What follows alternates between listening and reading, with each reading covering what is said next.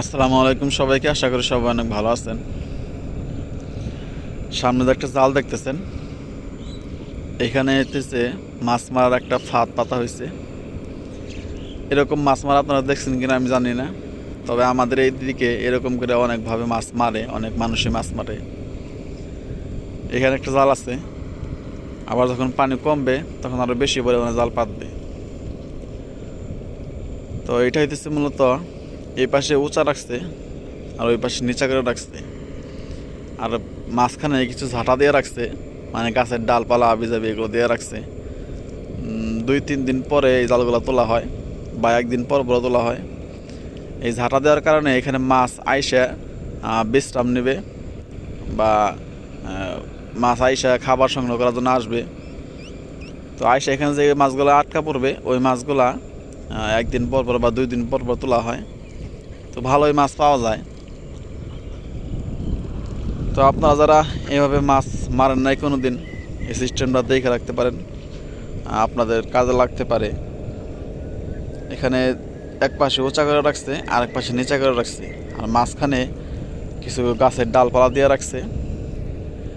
আপনারা এইভাবে মাছ মারার চেষ্টা করে দেখতে পারেন, আশা করি আপনারাও মাছ পাবেন। তার কারণ হইতেছে আমার নিজে প্রমাণ, এভাবে মাছ মারা একটা খুবই কার্যকরী পদ্ধতি। আপনারা এভাবে মাছ মারতে পারেন। তো আমি আসছিলাম আমাদের হাঁসগুলো নিয়ে, এই পাশে হাঁস, এখানে হাঁস রাখতেছি আর আপনাদের এই মাছ মারার যে সিস্টেমটা, মাছ ধরার যে সিস্টেমটা, ওটা দেখাইলাম।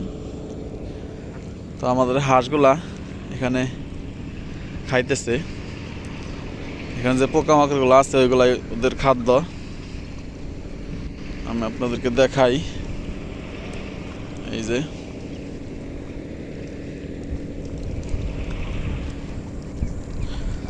আপনারা যারা খামার করতে চান, যাদের স্বপ্ন আছে কিন্তু পুঁজি নাই, পুঁজি কম, আমি বলবো আপনারা কম কম দিয়ে শুরু করেন।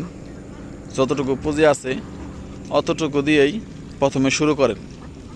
আপনি যদি শুরু না করেন তাহলে আপনার পুঁজি বাড়বে না, আস্তে আস্তে আপনি শুরু করেন, আপনার পুঁজি আস্তে আস্তে বাড়বে, মূলধন বাড়বে, আপনার অভিজ্ঞতা হবে, তখন আপনি বড় পরিসরে করতে পারবেন। আগে শুরু করাটা হইতেছে জরুরি। তো আমিও এরকম শুরু করতে করতে অনেক পিছিয়ে গেছিলাম, এখনও পিছিয়ে আছি। ইনশাল্লাহ আস্তে আস্তে শুরু করে দিচ্ছি ছোট পরিসরে, আস্তে আস্তে ইনশাল্লাহ বড় করব।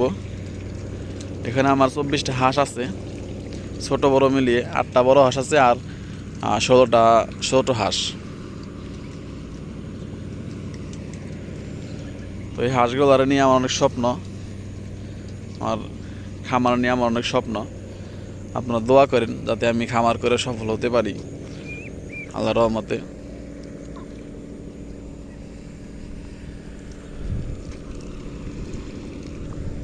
সকালবেলা ছাড়ার সাথে সাথে ওরা চলে আসছে এখানে।